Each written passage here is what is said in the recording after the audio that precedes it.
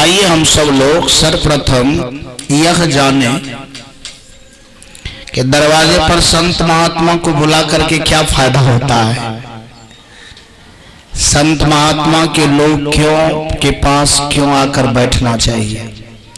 इतना तो सब लोग को पता है कि वो ज्ञानी होते हैं और कुछ होते हैं, बढ़िया होता है, पुण्य होता है, लेकिन प्रमाण के साथ कुछ हम लोग इसमें साझेदारी करें। कहा जाता है कि अक्सर संत महात्मा लोग नदी के किनारे पर अपना आश्रम बनाते हैं। कहां पर? नदी के किनारे पर। किसी ने बड़ा सुंदर कहा कि बाबा लोग सब नदी के किनारे पर क्यों रहता है ज्यादातर, या नदी के किनारे में ही आश्रम क्यों बनाता है। तो बाबा ने उत्तर दिया कि अक्सर पाप कटाने के लिए लोग नदी में स्नान करने के लिए, अब जैसे किसी को अपने माँ बाप को जलाना भी है तो जला करके पुनः कहाँ स्नान करना होता है? नदी में। या कोई आदमी अपने आप को समझता है कि मैं पाप कर रहा हूं तो गंगा में स्नान करने से मेरा पाप क्या हो जाएगा? खत्म हो जाएगा, शुद्ध होने के लिए। तो महात्मा ने कहा कि पापी लोग को स्नान करने से गंगा क्या हो जाती है? अशुद्ध हो जाती है। लेकिन जब संत महात्मा उनमें प्रवेश करते हैं, अपने चरण डालते हैं, तो महात्मा के चरण में क्या रहता है? आप सब लोग तो संत महात्मा के सानिध्य में रहने वाले लोग हैं। क्या रहता है उनके पैर के तलवा में? उसको क्या बोला जाता है? बाबा बाजता। चरण रज। जैसे पैर के जो धूल कण है उसको क्या बोला जाता है? चरण रज जी। कहा जब संत के चरण रज गंगा को मिल जाता है तो जिस पापी के पाप के कारण गंगा अशुद्ध हो जाती है, संत के रज को प्राप्त करने से गंगा भी क्या हो जाती है? शुद्ध हो जाती है। मैं आप लोग से प्रश्न करूं कि गंगा के सामने में एक संत है, इधर गंगा भी है, इधर क्या है? संत भी है, तो किसका ज्यादा महत्व है? तो संत का ज्यादा महत्व है। अब आप समझ सकते हैं कि संत में इतना पावर है कि वो गंगा को भी क्या कर सकते हैं? पवित्र कर सकता है। महिमा तो संत का बहुत है, लेकिन एक महिमा ये भी है कि गंगा को आप चाहेंगे अपने दरवाजे पर लाने के लिए तो आप आएगी। कहां बाजे छो? पगड़ी बन के बैठल छो, पैसा इधर आइए ना, यहां आइएगा तब ना मजा आएगी। आमने सामने आइए तो क्या बोले अभी? गंगा मतलब हम चाहेंगे कि हम अपने दरवाजे पर बुला लेंगे तो आप आएंगे, लेकिन संत महात्मा को बुलाने से आपके दरवाजे पर भी, देखिए आप बताइए कितना पावर रहते हुए भी आपके दरवाजे पर भी आ सकता, ये संत की महिमा है। और इसी संबंध में बड़ा सुंदर ढंग से रामचरितमानस में लिखा गया है।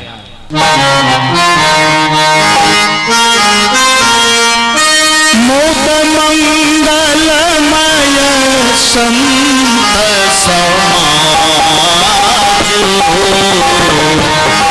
जग जंगम तीरथ राजू। मुद मंगलमय संत समाज जो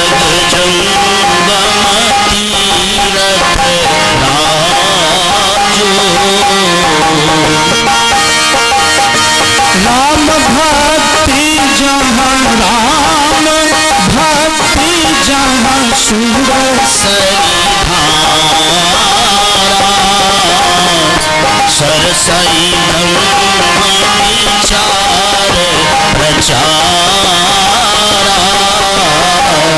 सरसई ब्रह्म विचार प्रचारा। राम भक्ति जहाँ सुरसई धारा, सरसई ब्रह्म विचार प्रचारा। इस तरह से दिया गया है रामचरितमानस में कि संत महात्मा का जो समाज होता है वो ऐसा तीर्थ है कि एक तीर्थ एक ही जगह पर रहता है, लेकिन ये ऐसा तीर्थ है कि इसको हम अपने दरवाजे पर भी ला सकते हैं, इस गांव से ट्रांसफर करके दूसरे गांव में भी ले जा सकते हैं। चाहे तो हम अपने बरामदा पर उस तीर्थ को क्या कर सकते हैं, पदार्पण करवा सकते हैं। और मैं समझता हूं कि जिसके गांव में ऐसा तीर्थ आ गया, जिनके पड़ोसी में ऐसा तीर्थ आ गया, अगर वो व्यक्ति के कान में आवाज जाता हो कि हाँ तीर्थ आ गया है हमारे गांव में,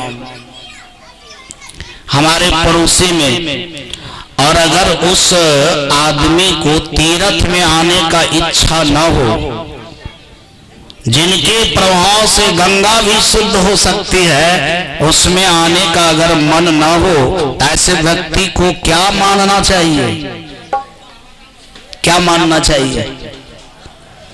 ऐसे व्यक्ति को क्या मानना चाहिए? बुद्धिमान। क्या मानना चाहिए? आप ही को तो पूछते हैं, बैठे हैं खाली। ऐसे व्यक्ति को बुद्धिमान मानना चाहिए, तो क्या मानना चाहिए? इसका मतलब है कि वो बुद्धिहीन है।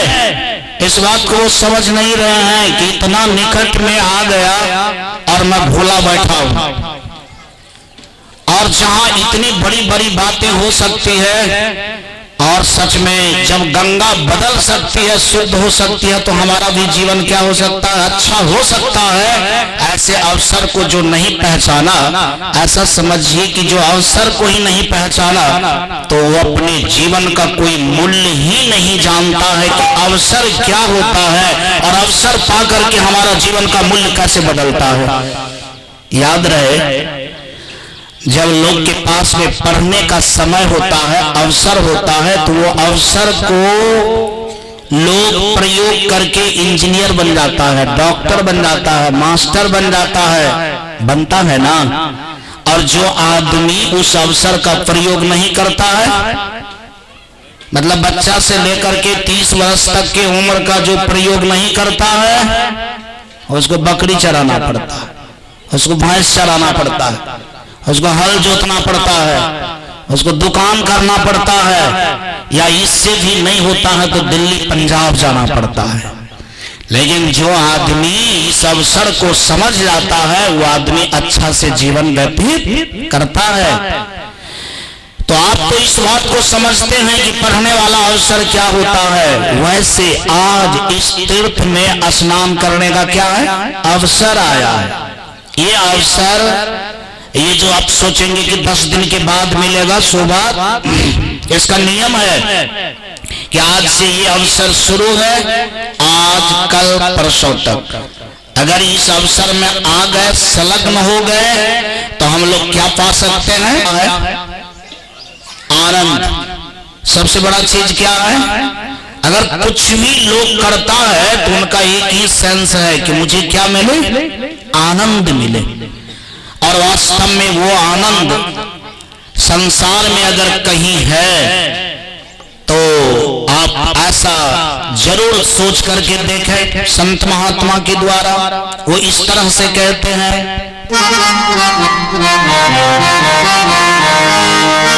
संगत कीजिए साधु की,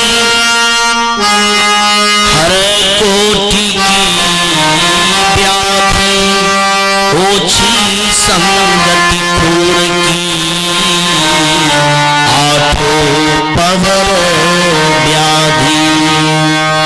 अगर कोई सुख का जगह है, शांति का जगह है, उसका नाम है साधु का संग।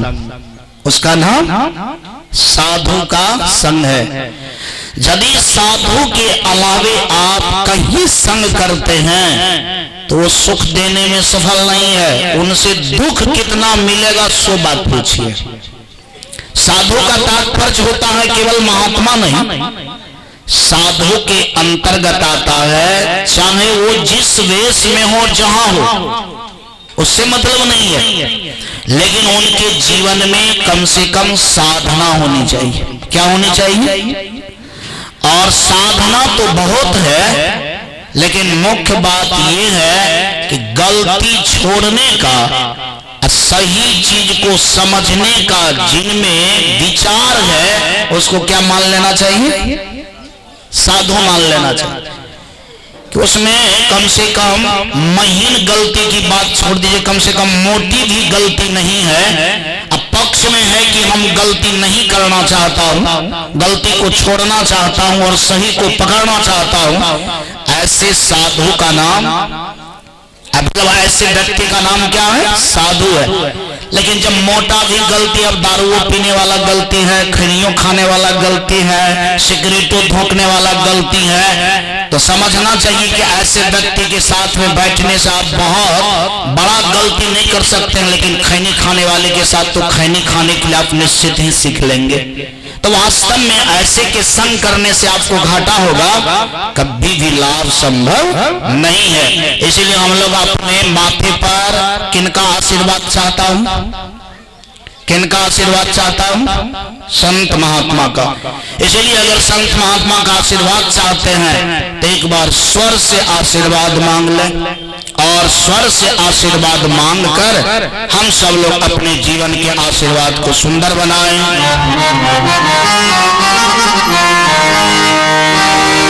मेरे सर पे तेरा सदा हाथ रहे,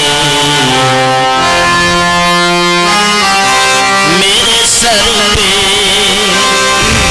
किसका हाथ आप चाहते हैं हमारे सर पर रहे? संत महात्मा का। हाथ का लंबाई कितना होता है? अरे हाथ का लंबाई अपने हाथ से 2 हाथ तो नहीं होता है, 1.5 हाथ, 1.25 हाथ तो जरूर होगा ना। लेकिन ये हाथ के आशीर्वाद वहां तक जा सकता है जहां तक कि लोगों को आंख, हाँ मतलब जाकर के देख सकता है, लेकिन जहां तक कि लोग को देख ही नहीं पाएगा वहां हाथ का आशीर्वाद। कम से कम जो व्यक्ति हाथ को देख ले, जो आदमी हाथ को देख ले, तो समझ जाइए कि हाथ का आशीर्वाद वहां तक। तो कम से कम देखने के लिए तो पंडाल में आना ही पड़ेगा, सत्संग में तो आना ही पड़ेगा। आप सोचेंगे कि हम नहर के ही बगल से उनके हाथ को देख लें या महात्मा के आंख आपको देख लेंगे, तो ऐसा संभव? अरे उस सब कुछ का कुछ ना कुछ डिस्टेंस होता है, कुछ ना कुछ नियम होता है। अब जैसे मान लिया जाए टावरे पकड़ने का क्या होता है? रेंज होता है। वैसे आशीर्वाद भी प्राप्त करने का और देने का क्या होता है? रेंज होता है। अगर आप सोचते हैं तो इस बात का मूल्यांकन जरूर करें। आइए हम सब लोग करते हैं। मेरे सर पे तेरा सदा हाथ रहे, मेरे सर पे सदा तेरा हाथ रहे, मेरे सद्गुरु हमेशा मेरे साथ रहे, मेरे सद्गुरु हमेशा मेरे साथ रहे, मेरे सद्गुरु हमेशा मेरे साथ रहे।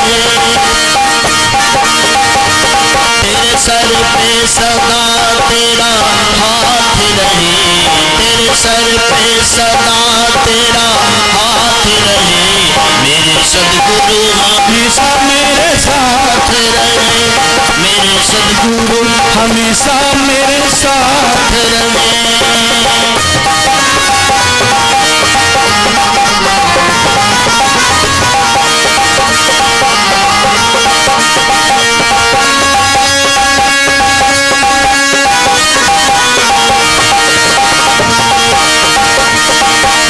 जन्मों से तेरा दीवाना है,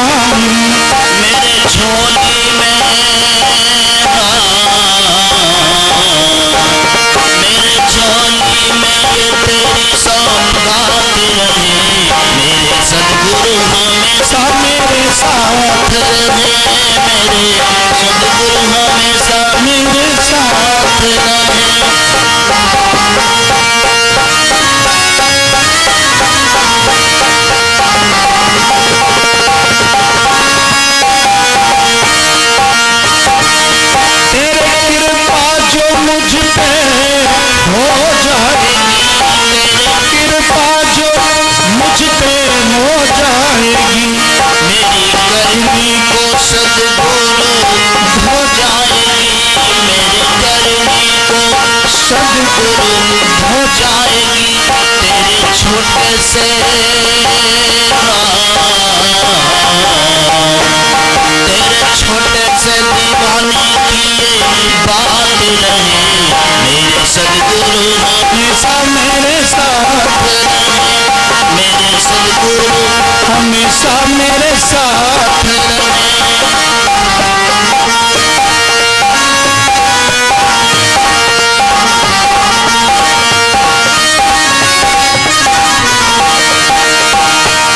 मेरे मुश्किल का हल हो जाएगा मेरे मुश्किल का हल हो जाएगा मेरा जीवन सफल हो जाएगा मेरा जीवन सफल हो जाएगा।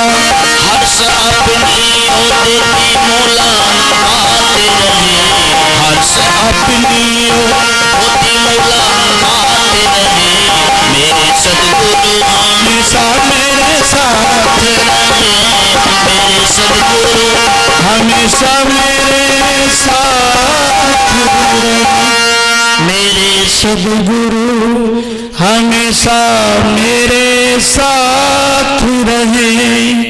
एक बात मैं सुनाना चाहता हूं। दो तरह से व्यक्ति के पास लोग साथ में रहता है, एक याद से दूसरा शरीर से।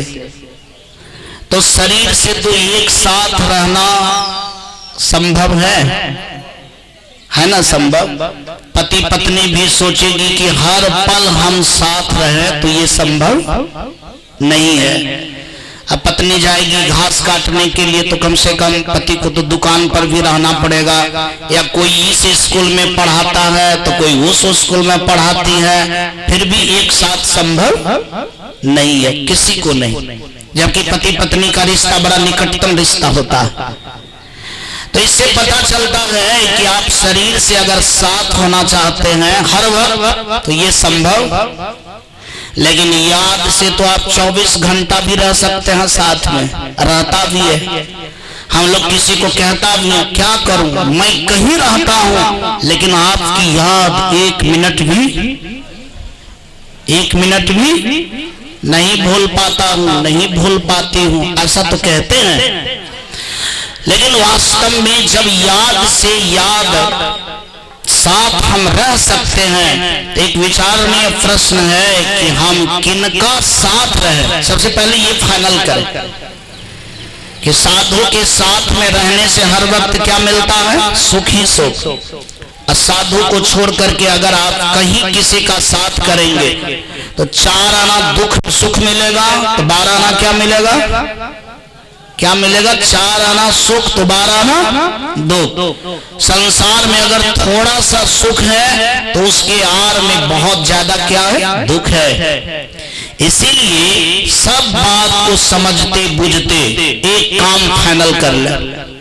वो काम इस तरह से है, बाहर से भले आप पत्नी के साथ में हैं, बाल बच्चा के साथ में हैं, घर में हैं, समाज के साथ हैं, लेकिन याद के द्वारा अगर आप चित्त में किसी को रखना चाहते हैं तो वो गुरु की याद करना चाहिए। किसका याद करें जी, याद रहे अपने अगर चित्त में आप गुरु को बसाते हैं तो इसका निंदा मेरा अपना अनुमान है कितनों गड़बड़ आदमी रहेगा तो नहीं करेगा।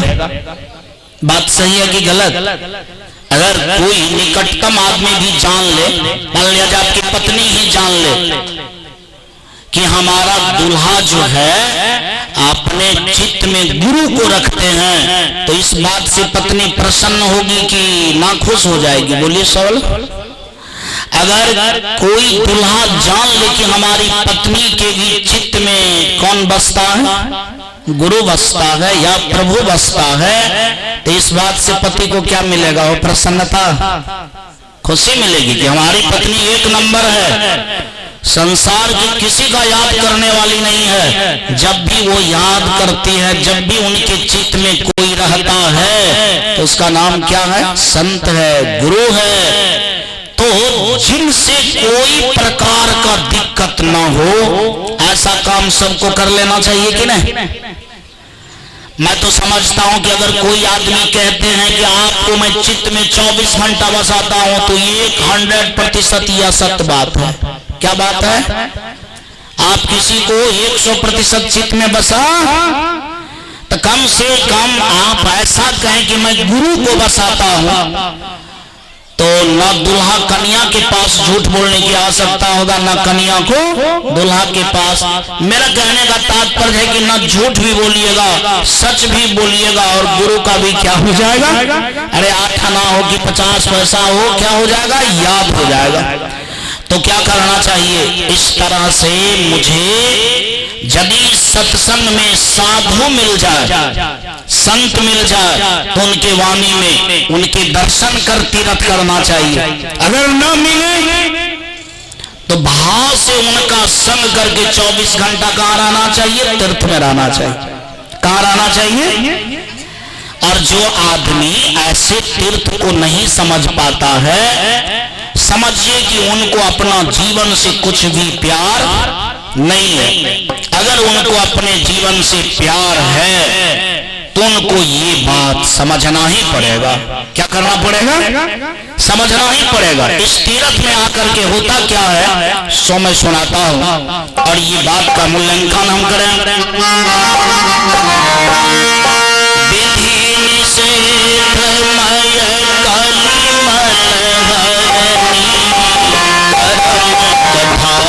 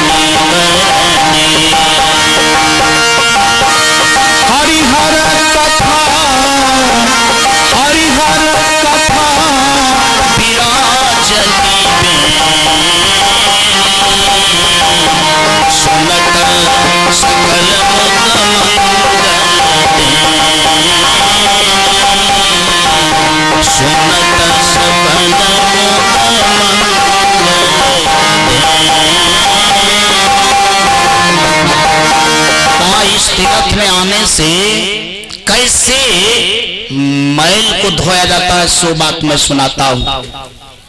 जैसे गंगा नदी में जब लोग जाता है तो डुबकी लगाता है और हाथ से अपने शरीर को क्या करता है? रगड़ता है जी। तो हाथ से जब शरीर को रगड़ता है तो उस रगड़ से शरीर का मैल शरीर से हट जाता है, उखड़ जाता है। और इस तीर्थ में जब व्यक्ति आता है तो यहां पर किस तरह से मैल हटता है, सो बढ़िया से सुनिए। जैसे संत के पास कोई आवे तो संत क्या कहते हैं? संत क्या कहते हैं? ये करना चाहिए और ये नहीं करना चाहिए। काहे के लिए बुलाती है वो, सो बताओ तो क्या बात है सो बुलाती है वो? बोलिए प्रेम से सतगुरुदेव की जय। क्या मैंने कहा आपसे? संत महात्मा कहते ये करना चाहिए और ये नहीं करना चाहिए। तो जैसे मान लिया जाए हाथ जब मलता है तो एक बार ऐसे करता है और एक बार, तो मान लिया जाए महात्मा बोले कि ये नहीं करना चाहिए तो समझिए ऐसे हो गया, ये करना चाहिए तो समझिए ऐसे हो गया। और एक बार हाथ ऐसे होता है, एक बार हाथ, तब न मैल छूटता है शरीर का। तो महात्मा भी कहता है ये करना चाहिए और ये मतलब एक चीज कहता है करने के लिए, एक चीज कहता है जैसे उदाहरण के लिए झूठ क्या कहता है? बोलने के लिए कि नहीं बोलने के लिए?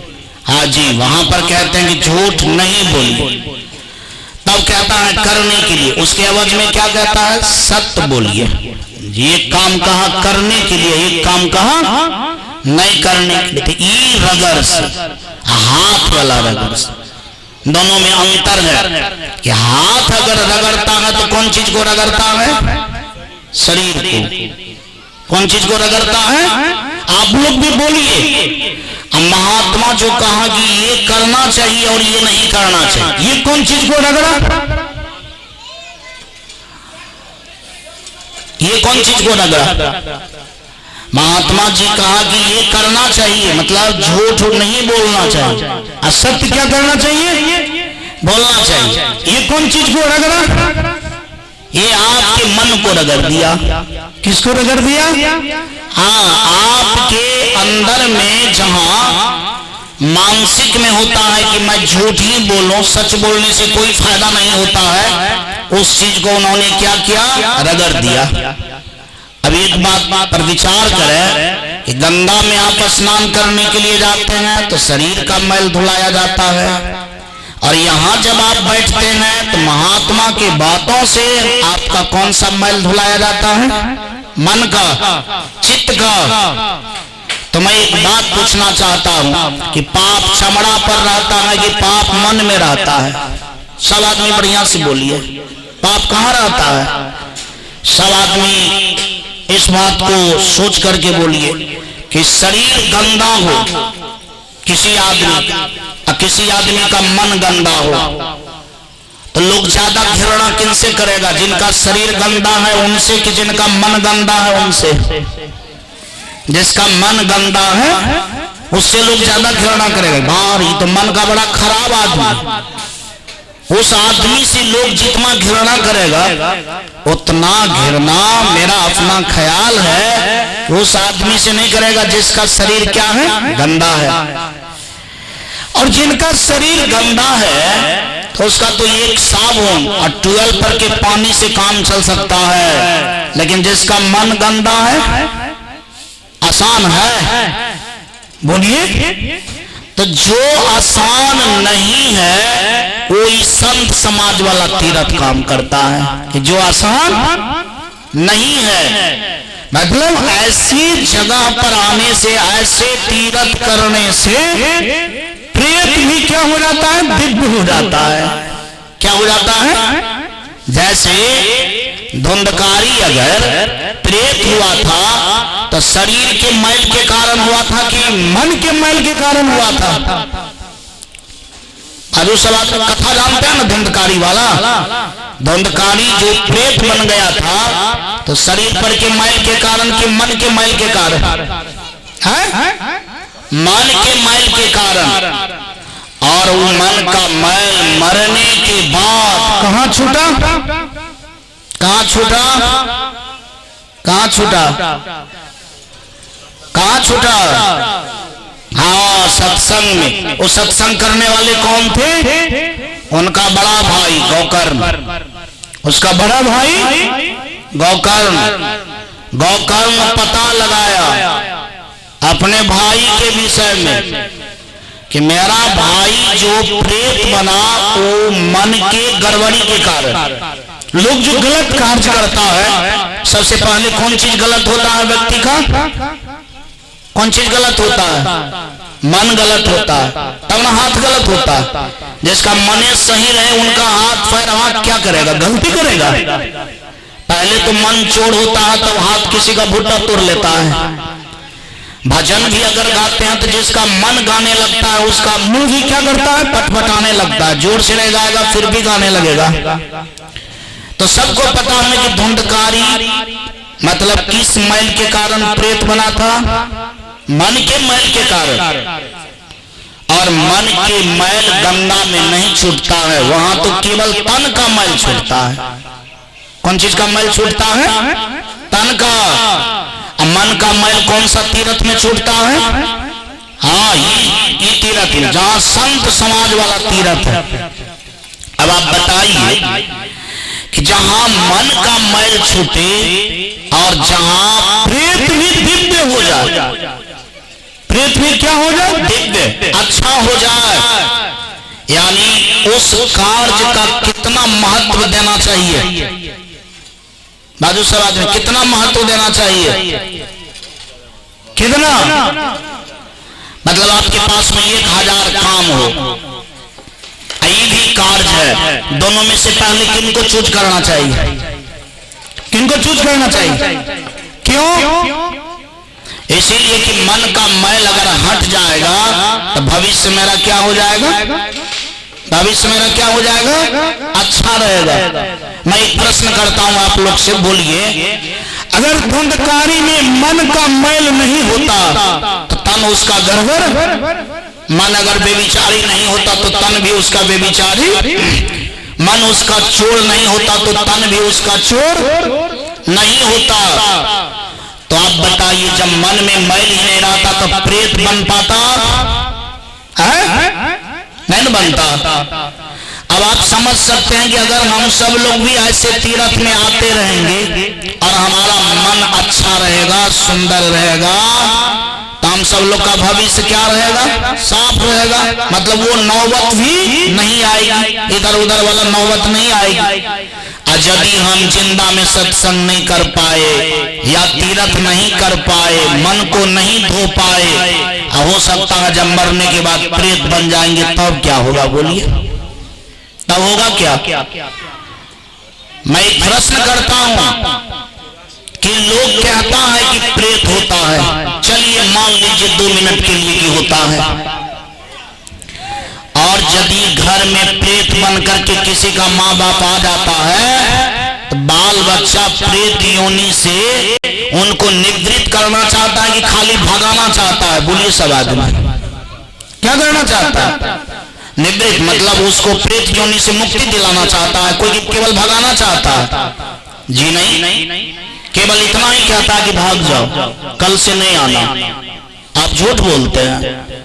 मतलब आप बहुत घर में भूत लगा होगा, हो सकता है झूठ करवे भूत क्यों ना हो, लेकिन मान लिया जाए वो कह देता है कि मैं तुम्हारी माँ हूं, तो क्या करता है? कल से वो कथा करवाना या सत्संग करवाना उसके नाम पर शुरू कर देता है कि ओझा लेकर के केवल भगाता है।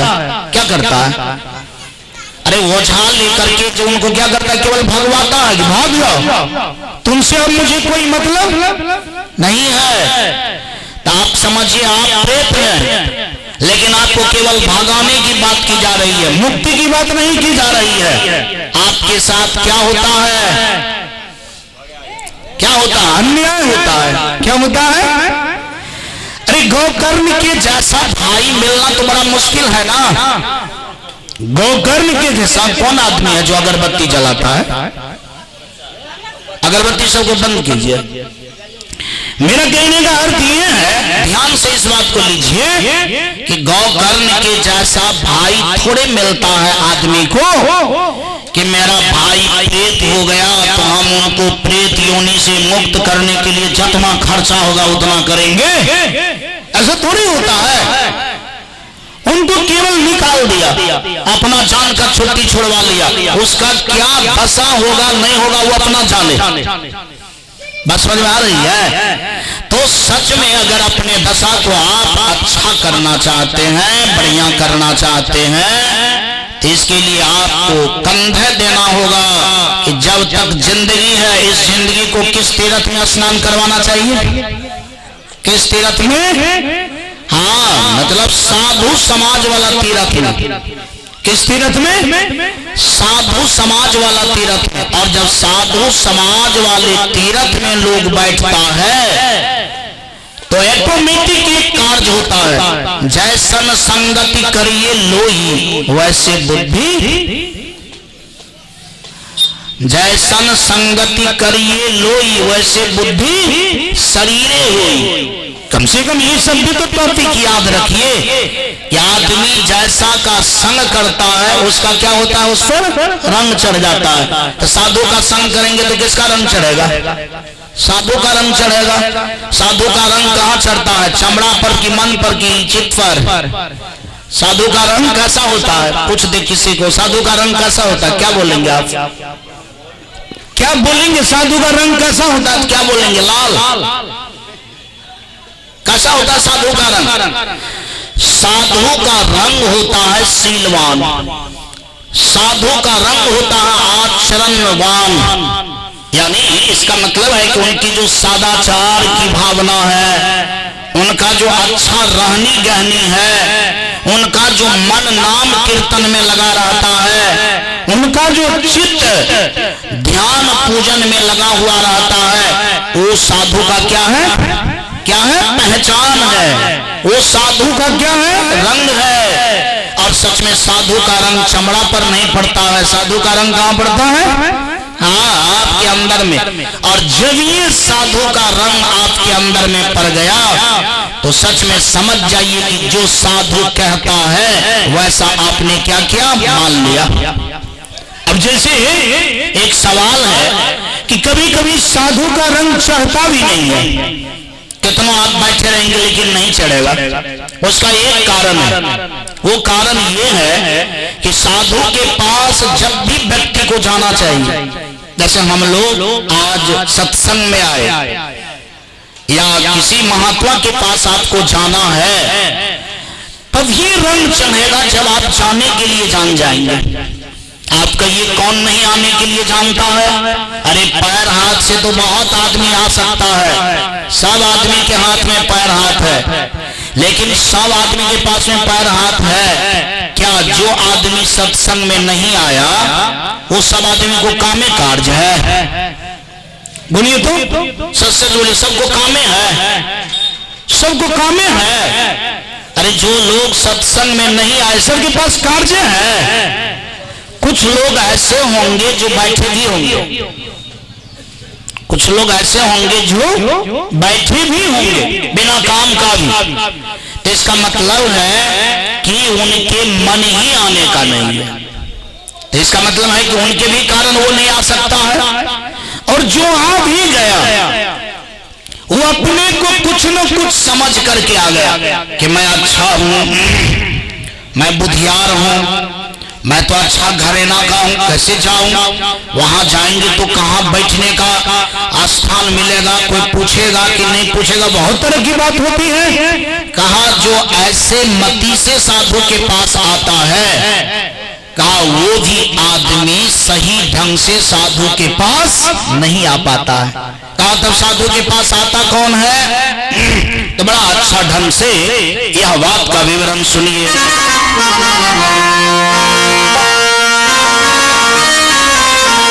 संत दरस को जाइए तजी ममता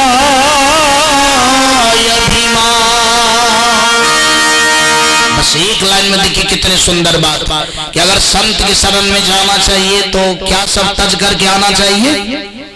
तजी ममता और अभिमान।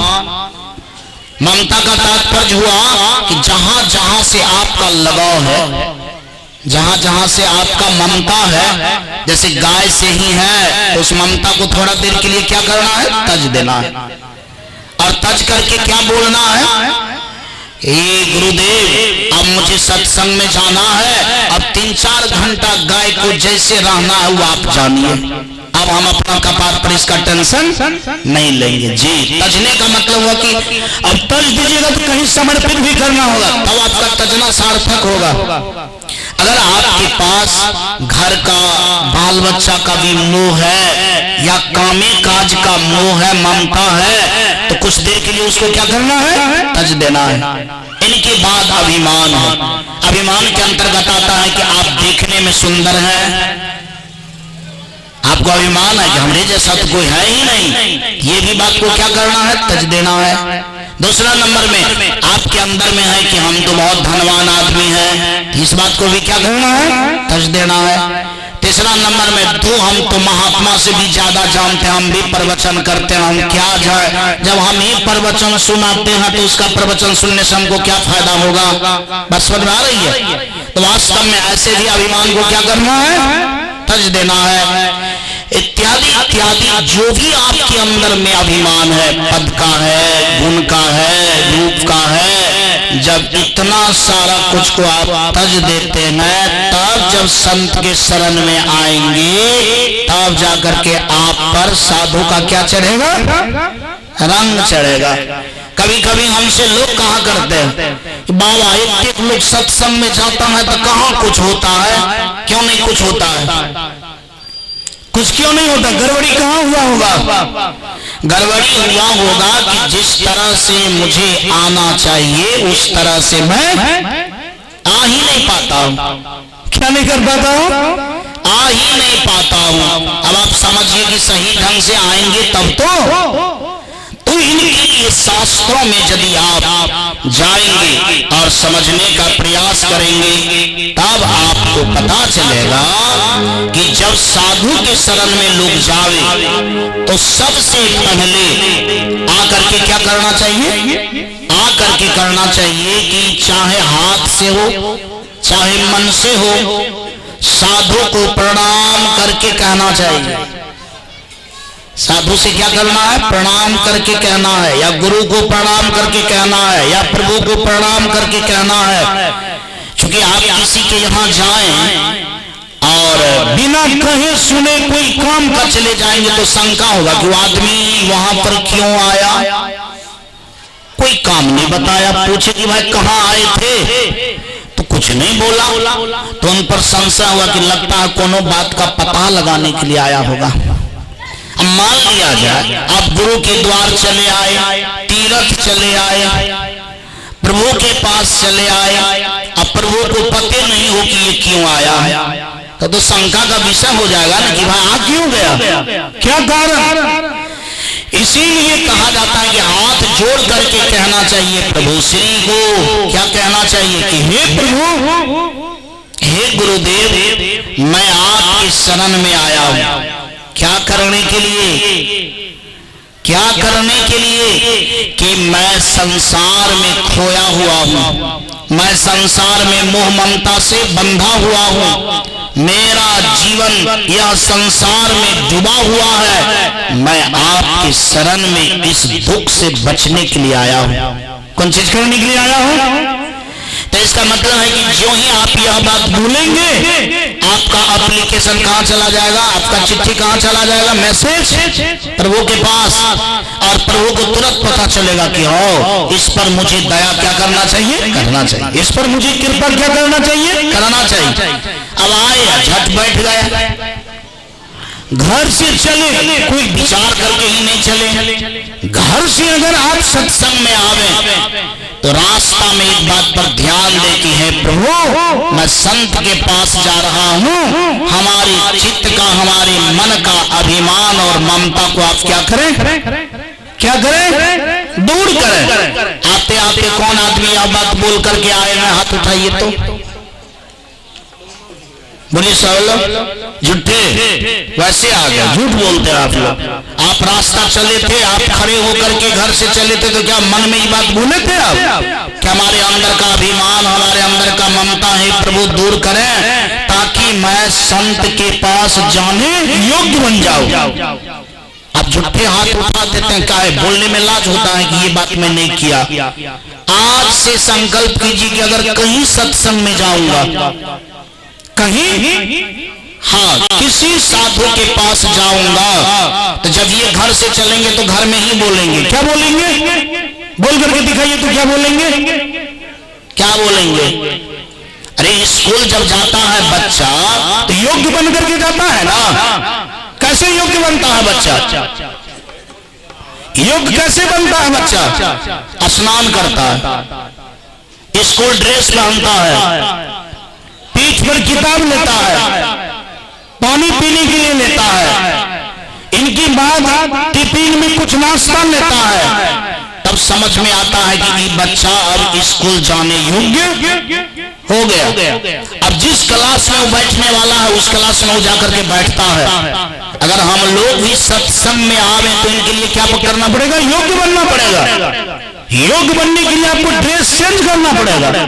अब ड्रेस चेंज का मतलब ही नहीं कि मैं कहता हूं आपको धोती कुर्ता चेंज कीजिए, सो बात नहीं। आपके अंदर में अगर किसी भी प्रकार का ममता है, क्या है?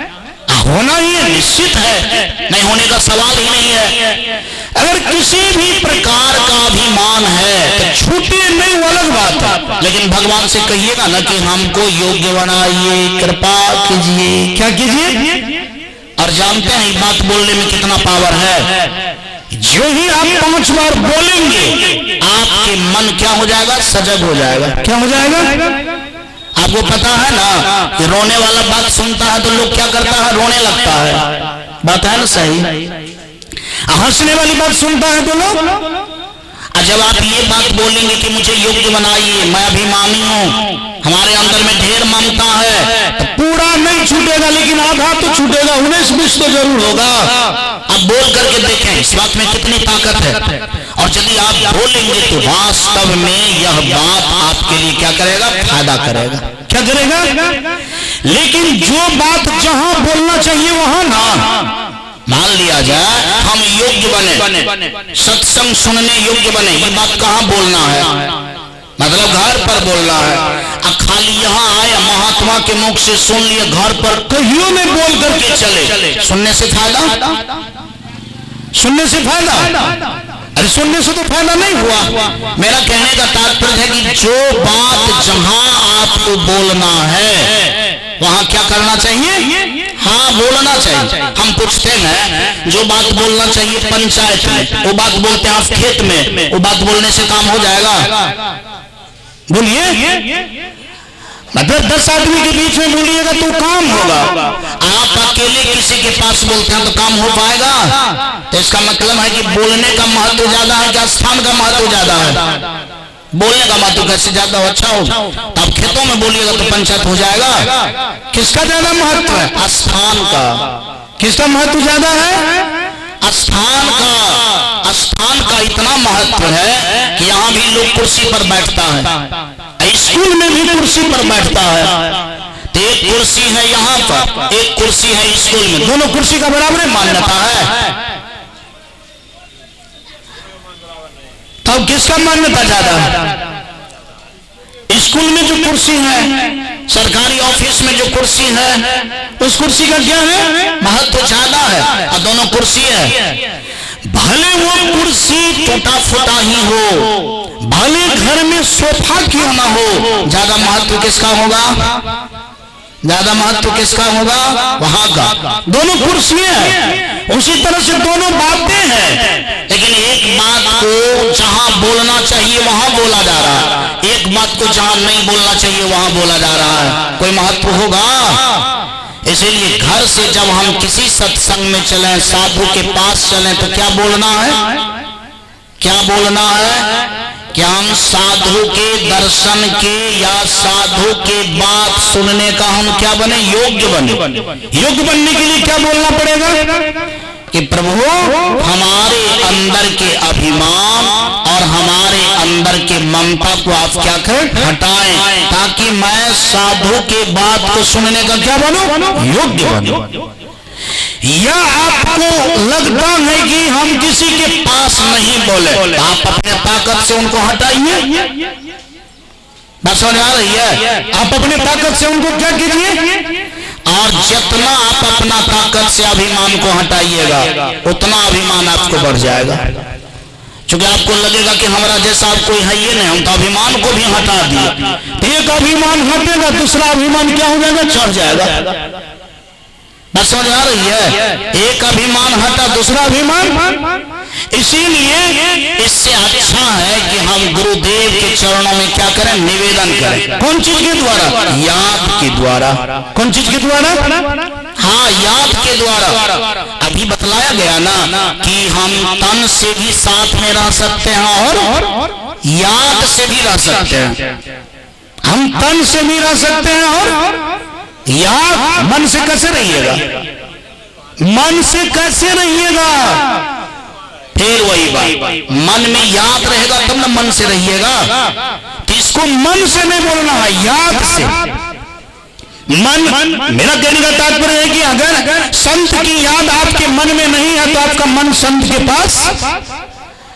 तो यहाँ पर मन तो है, लेकिन मन में किनकी याद होनी चाहिए, संत का। तो याद पूर्वक इस बात को जो व्यक्ति बोलने के लिए जान गया, तो समझिए उनका साधु के साथ आने का या बैठने का वो धीरे धीरे क्या हो गया, योग्य हो गया। क्या हो गया, योग्य हो गया।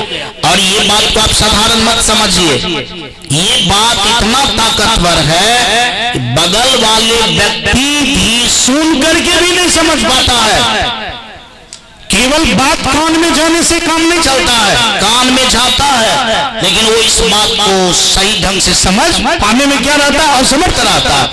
अगर ये बात समझना आसान होता तो सत्संग में आने का सब व्यक्ति क्या हो जाता, योग्य हो जाता। क्या हो जाता? तो ये पंडाल जो है, ये पंडाल छोटा पड़ जाता कि बड़ा हो जाता? बोलिए, छोटा हो जाता। अभी कौन चीज छोटा है? आदमी कम है कि पंडाल कम पड़ गया? अभी पंडाल ही बड़ा है, आदमी क्या है, कम है। अगर ये बात समझ में आ जाए तो 10 मिनट में पंडाल में इतनी भीड़ हो जाएगी कि आपका पंडाल क्या पड़ जाएगा, छोटा पड़ जाएगा। लेकिन ये भीड़ कम होगी जब ये बात समझ में आएगी। और एक बात जाने, पंडाल में लोग है भी, अगर यह बात अंदर में नहीं है तो हो करके भी उसको क्या मानना चाहिए, हो करके भी क्या मानना चाहिए।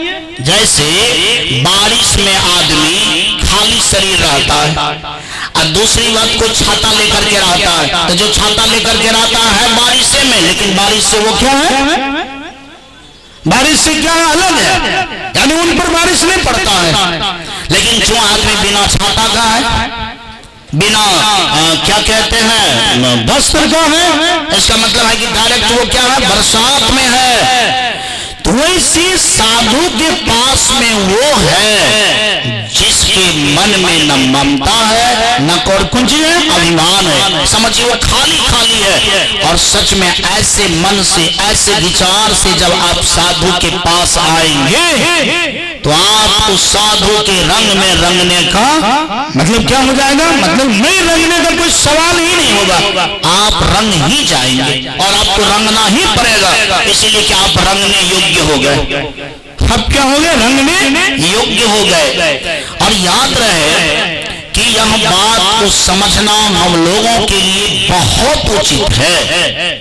और इतना ही नहीं, अगर जिनके अंतःकरण में यह बात हो जाएंगे, योग्य हो जाएंगे और साधु के बातों में, ज्ञानों में अगर रंगना शुरू हो जाए तो संसार में कौन चीज का बढ़ोतरी होगा, कौन चीज का, सदगुण का, क्या अवगुण का, कौन चीज का, सदगुण का।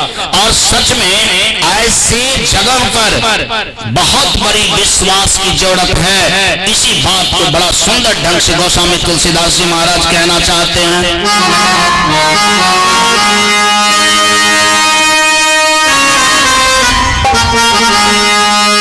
इसी बात को बहुत अच्छा ढंग से कहना चाहते हैं। बट विश्वास अचल निज धर्मा,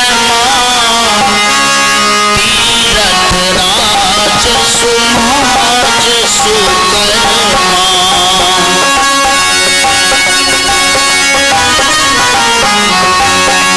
बट विश्वास अचल निज धर्मा, तीरथ समाज सुकर्मा। इसके लिए विश्वास कहा है, कैसा होने के लिए।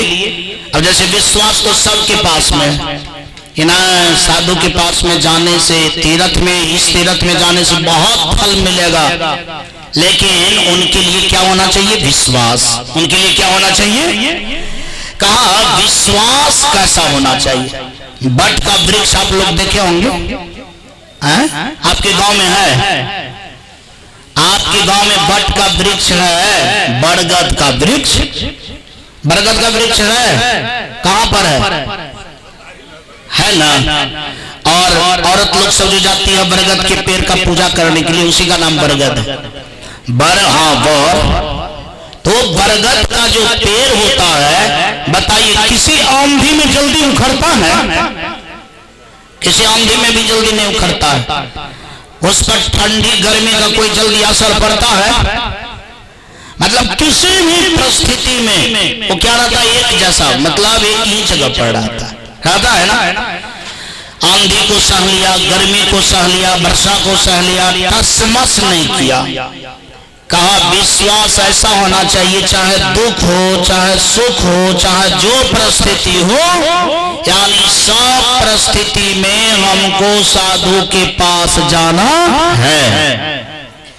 चाहे जो परिस्थिति हो, चाहे बुखार लगा हो, चाहे दवाई खा रहा हो, चाहे तबीयत खराब है, या मेरा मन नहीं कहता है जाने का, कि जाने का कोई भी परिस्थिति हो, मुझे क्या करना है, वहां जाना है किसी भी परिस्थिति में। अब 2 4 5 10 तो कामों है, उस काम को क्या करना है, छोड़ देना है, इस काम को मुझे करना है। अब ऐसा विश्वास आपके पास में हो, कैसा विश्वास? हम लोग तो 2 मिनट में सत्संग को छोड़ देता हूं, मैं छोड़ता हूं, मतलब बैठे बैठे कोई आदमी एक रत्ती कनखी मार दिया, बस हो गया, चल दिया। वो कौन गाछ हुआ, बट का हुआ कि हमारा ख्याल से तो क्या कहते हैं, खरपतवार जो दुल्फा उल्फा रहता है उसको भी ऐसे ऐसे करेगा तो क्या भांग उखड़ जाएगा? कहाँ बाजे छो, एक बार कनखी दे करके देखिए तो ऐसे ऐसे करेगा तो भांग का गाछ उखड़ जाएगा, पौधा या मक्के का गाछ हिल जाएगा। अपना लोग का विश्वास कैसा है? विश्वास को बोला कि कैसा होना चाहिए, कैसा विश्वास होना चाहिए? अपना लोग का विश्वास कैसा है? अपना लोग का विश्वास कैसा है? अपना लोग का विश्वास मकई के भी पौधा जैसा नहीं है। कागज का तुलना क्या करेंगे? जब यहाँ पर पेड़ पौधा है तो पेड़ पौधा का ना तुलना करेंगे कि एक मक्का के भी पौधा जैसा नहीं है। अब आप समझ सकते हैं, कहते हैं कि विश्वास होना चाहिए बरगद के पेड़ जैसा, लेकिन अपना लोग का जो विश्वास है वो मकई के भी पौधा के जैसा नहीं है। तो इसमें क्या करना होगा? सो बट मतलब बट के वृक्ष जैसा विश्वास हो जाएगा। इस बात का तो कम से कम गणना भी तो करना पड़ेगा, नहीं करना पड़ेगा? करना पड़ेगा ना कि आखिर हम लोग का विश्वास नहीं है, ऐसा कोई चीज का कमी होगा ना जिस कारण से नहीं होगा? बताइए कोई आदमी ऐसा कौन चीज है जिस चीज के कमी के कारण हम लोग का विश्वास बट के जैसा नहीं है? यानी होना चाहिए बट वृक्ष के जैसा, लेकिन मक्का के भी पौधा जैसा नहीं है। इसका कारण तो कुछ होगा। इसका क्या कारण होगा? आप बोलिए क्या कारण होगा? अपना विचार से बोलिए। तो होना चाहिए कुछ, क्योंकि हम सब लोग भी अभी अपना लोग को कह दे कि नहीं सब कुछ नहीं पूछता है तो लाठी लेंगे उसी को मारना शुरू करेंगे कि तू ज्यादा पूछता है, हम तुमसे कम पूछता हूँ। ऐसा होगा कि नहीं होगा? जब हम सब लोग समाज में क्या कहते हैं, यहाँ पर सब समझदारी लोग बैठे हैं, ऐसा कौन चीज की कमी है जिस कारण से अपना लोग का विश्वास इतना लूज है, इतना ढक ढील है?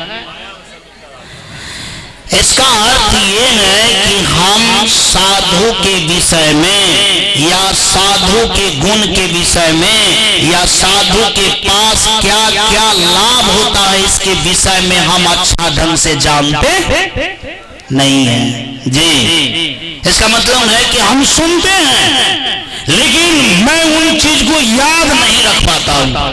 क्या नहीं रख पाता हूँ?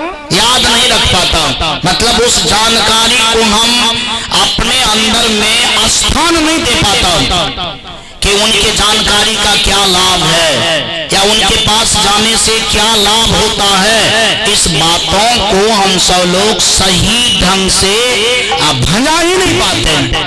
मेरा कहने का तात्पर्य है कि कोई चीज पचेगा, जैसे अन्न खाए, अन्न पचेगा तब ना शरीर मजबूत होगा, अन्न पचेगा तब ना शरीर मजबूत होगा। अन्न पचे भी सही से शरीर मजबूत भी ना हो, ऐसा हो सकता है? बोलिए कोई आदमी, अरे अन्न पचे सही से शरीर मजबूत नहीं होता, ऐसा हो सकता है? ऐसा भी नहीं हो सकता है। अगर अन्न पचेगा तो शरीर को मजबूत होना ही है। वैसे अगर बात पचेगा तो, बात पचेगा तो, अरे विचार पचेगा तो क्या होगा? बुद्धि या ज्ञान मजबूत होना ही है। इसका मतलब है कि हम लोग के अंदर में बुद्धि या ज्ञान सही ढंग से पचता नहीं है। आप एक के बाइक कह देते हैं कि मोह ममता घेरा हुआ। मोह ममता क्यों घेरा हुआ है? इसका मतलब है कि उसको हराने का या उनसे लड़ने का बल नहीं है। इसलिए नहीं घेर लेता है। और बल क्यों नहीं है? इसीलिए बल नहीं है कि मेरे अंदर में साधु महात्मा के बात जिस तरह से पचना चाहिए उस तरह से पचता ही पचेगा, तब ज्ञान बुद्धि मजबूत होगा, तब ना वो मजबूती के सहारे आपका माया भी भागेगा। और दूसरी बात है कि आपका जो है बुद्धि ज्ञान भी तगड़ा होगा, तो जिस तगड़ा के कारण मान लिया जाए आप बट वृक्ष की तरह विश्वासमय हो जाइएगा। मैं एक बात पूछना चाहता हूँ कि बट वृक्ष अगर मोटा नहीं होता, ताकतवर नहीं होता, तो आंधी को सह पाता हो? बोलिए, नहीं सह पाता। अगर वो इतना ताकतवर नहीं होता तो अच्छी ठंडी को वो नहीं सह पाता। अच्छी ठंडी में क्या हो जाता, उसको पल्ला ही मार देता, जैसे साधारण पौधा सबको मार देता।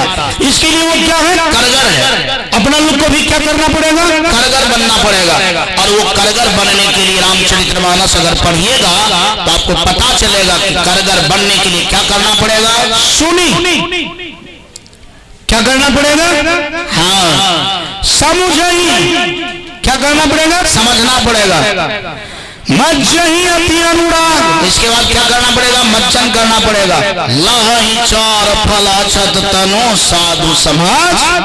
यार हम सब लोग जो आज सत्संग में बैठ करके सुन रहा हो, क्या सुन रहा हूं कि सबसे पहले हम सुनने योग्य बने। क्या बने? क्यों? इसलिए कि सुनने योग्य बनेंगे ना तो सुनने के लिए आएगा। सुनने योग्य बनेंगे तो, और जब सुनने के लिए आ जाएगा तब सुनेंगे। सुनने के लिए अगर आ जाएगा तो सुनेंगे। अभी ये देख लीजिए, बच्चा है बीच में, है ना बच्चा, एक बार देख लीजिए इस बच्चा को। ये बच्चा को अभी सुनने के लिए नहीं आया है, इसलिए वो बच्चा है। अब जैसे वो बच्चा उनको सुनने के लिए नहीं आया तो किसी और चीज में मन लगा हुआ है। हम सब लोग बड़े भी हो गए, लेकिन हम लोग का भी मन किसी और ये जगह लगा हुआ है। तब तो इसका मतलब है कि वो बच्चा होकर के बच्चा है, अपना लोग जवान होकर के बच्चा है। अरे वो सच कुर्बान में शरीर से बच्चा है, और हम लोग कौन चीज से बच्चा है? शरीर से जवान हो गए, लेकिन अकल से बच्चा है। कौन चीज से बच्चा है? अकल से बच्चा है। और अकल से जब तक बच्चा रहेंगे तब तक सुनने के लिए नहीं आएगा। सुनता वही है जो अकल से क्या हो जाता है? बड़ा हो जाता है। और जब अकल से बड़ा हो जाइएगा तब आप सुनेंगे। और अकल से बड़ा वही आदमी होता है जो सर्वप्रथम साधु के पास आने के लिए क्या होता है? प्रवीण हो जाता है, सीख लेता है इस बात। और जब वो सुन लेंगे सही ढंग से, एक बात तो तय है कि जिनको सुनना आ गया उनको धीरे धीरे समझना भी आ जाएगा। जी, जिसको खाने की चेष्टा हो जाता है तो समझिए उसी को खाने का चेष्टा होता है। जिसका लीवर क्या हो जाता है? मजबूत हो जाता है। याद रहे, जिनका लीवर मजबूत नहीं है, बोले तो खाने का मन करता है उसको। अरे पेट में भूख नहीं है तो खाने का मन करता है। खाने का मन कब करता है? जब आपके अंदर में पच रहा है।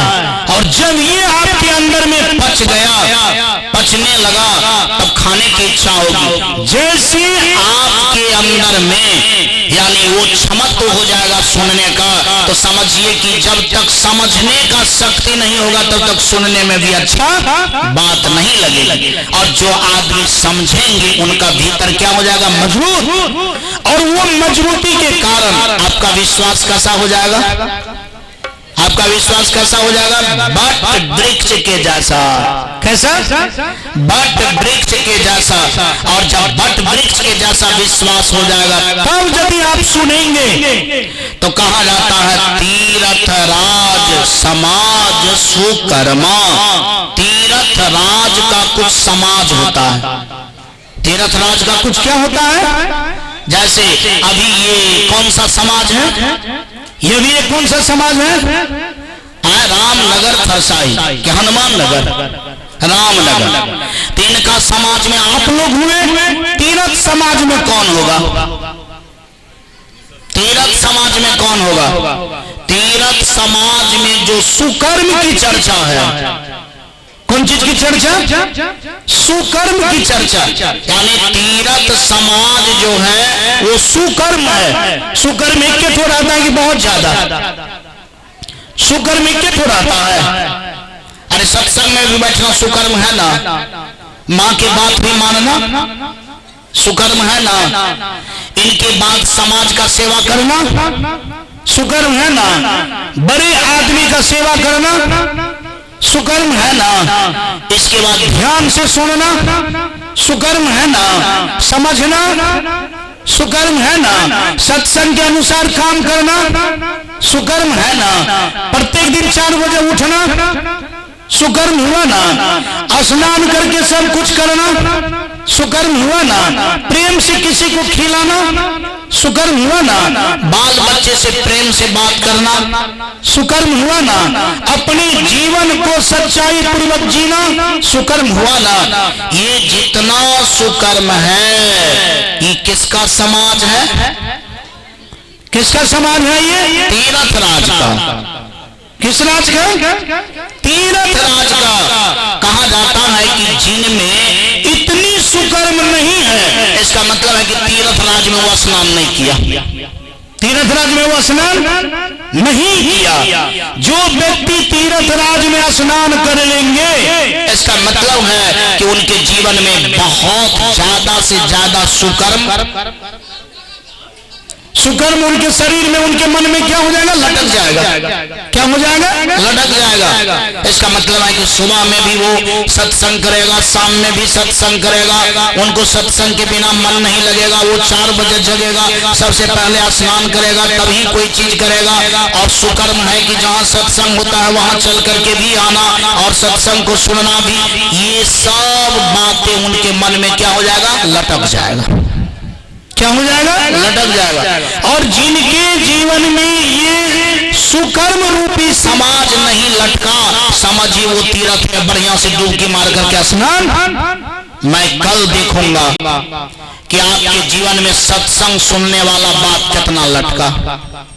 कल देखा जाएगा कि आप सत्संग में जो बैठे, वास्तव में बैठने के बाद हम कैसे संत की बातों में रंग जाएंगे, यानी कि बात में आप क्या बोल पा रहे हैं, या आपका विश्वास अगर मजबूत नहीं हो रहा है तो इसका कारण बताया कि आप बात को समझ नहीं रहे हैं, अच्छा ढंग से सुन नहीं रहे हैं, संत के पास में योग्यता पूर्वक आ नहीं रहे हैं, जिसके कारण हम लोग के अंदर में वो मजबूती नहीं आ रही है। और बिना मजबूती का तो कुछ संभव नहीं है।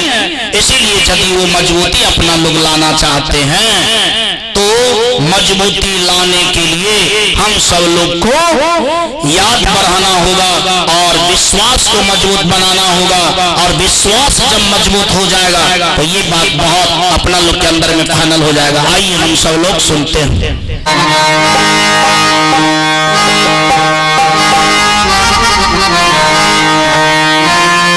हर पल तुम्हारी याद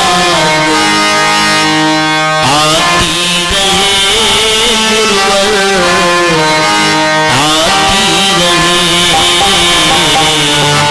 हर पल तुम्हारी याद आती रहे गुरुवर, आती रहे। हर पल तुम्हारी आती रहे गुरुवर, आती रहे। तेरी छवि मन को लुभाते रहे। हर पल तुम्हारी आती रहे गुरुवर, आती रहे। हर पल तुम्हारी आती रहे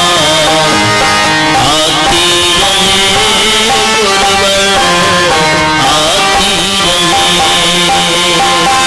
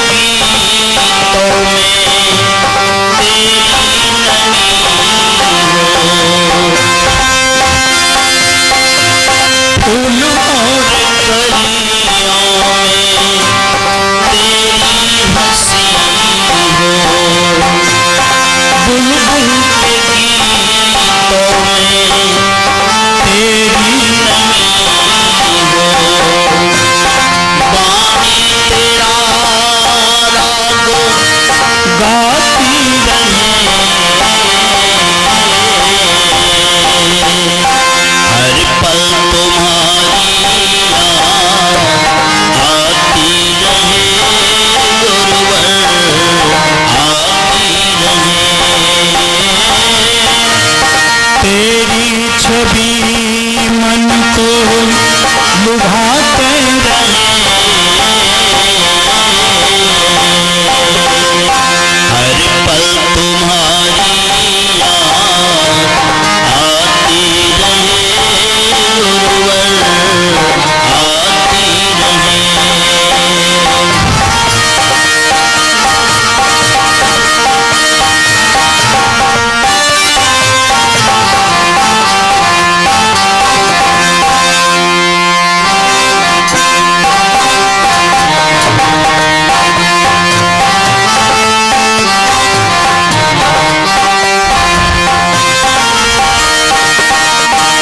कुछ भी न था तेरे सिवा प्यारे, जो कुछ भी था सब तेरे सवारे।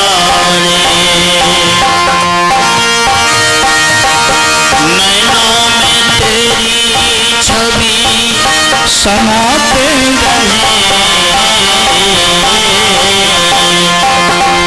हर पल तुम्हारी याद आती रहे, गुरुवर आती रहे। तेरी छवि मन को लुभाते रहे, हर पल तुम्हारी याद आती रहे, गुरुवर आती रहे।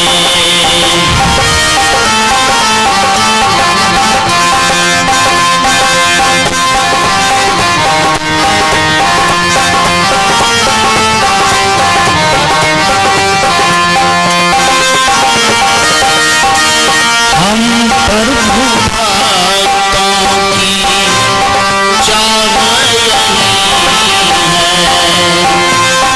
गुरुवर से मिलने की आस यही है। जीवा पे नाम तेरा गुनगुनाते रहे,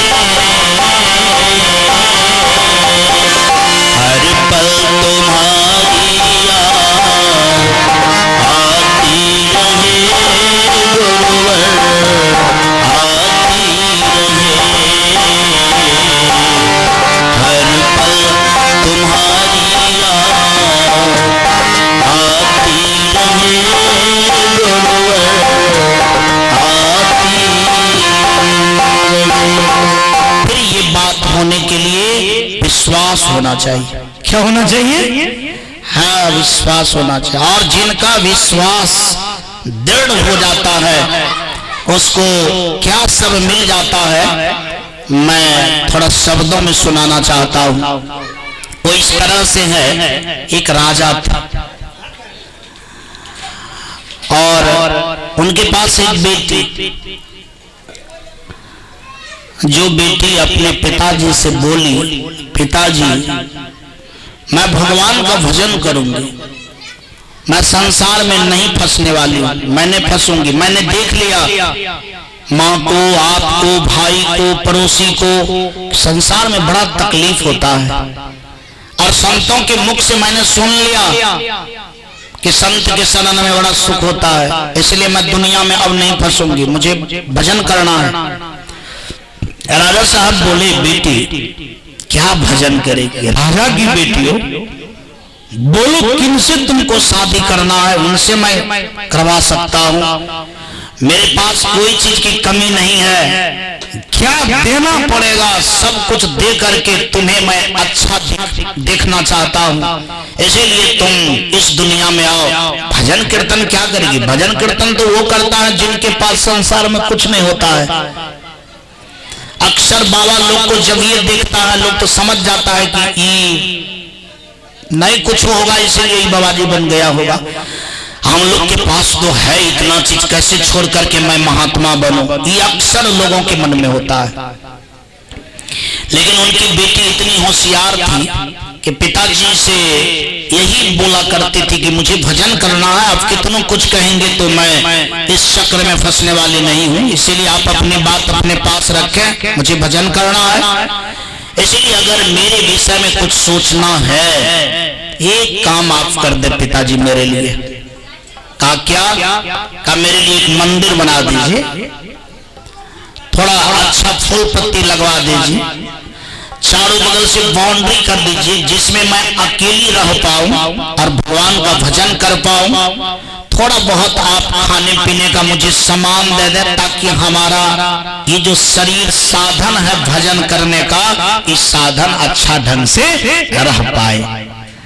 इतना तो चीज तो पिताजी के लिए बड़ा आसान था, बहुत मतलब छोटी बातें थी। अच्छा मंदिर बनवा दिए, अच्छा ढंग से फूल पत्ती लगवा दिए, बाउंड्री करवा दिए कि उसके अंदर में किसी को जाना नहीं है, मना। उसमें हमारी बेटी रहती है और पूजा करती है।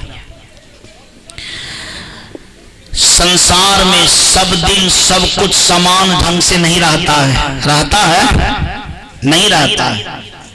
हो सकता है इस बार आए तो बहुत लोग गुजर गए होंगे, दूसरा बार आएंगे तो बीच में कितना गुजर जाएंगे उसका कोई ठिकाना नहीं है।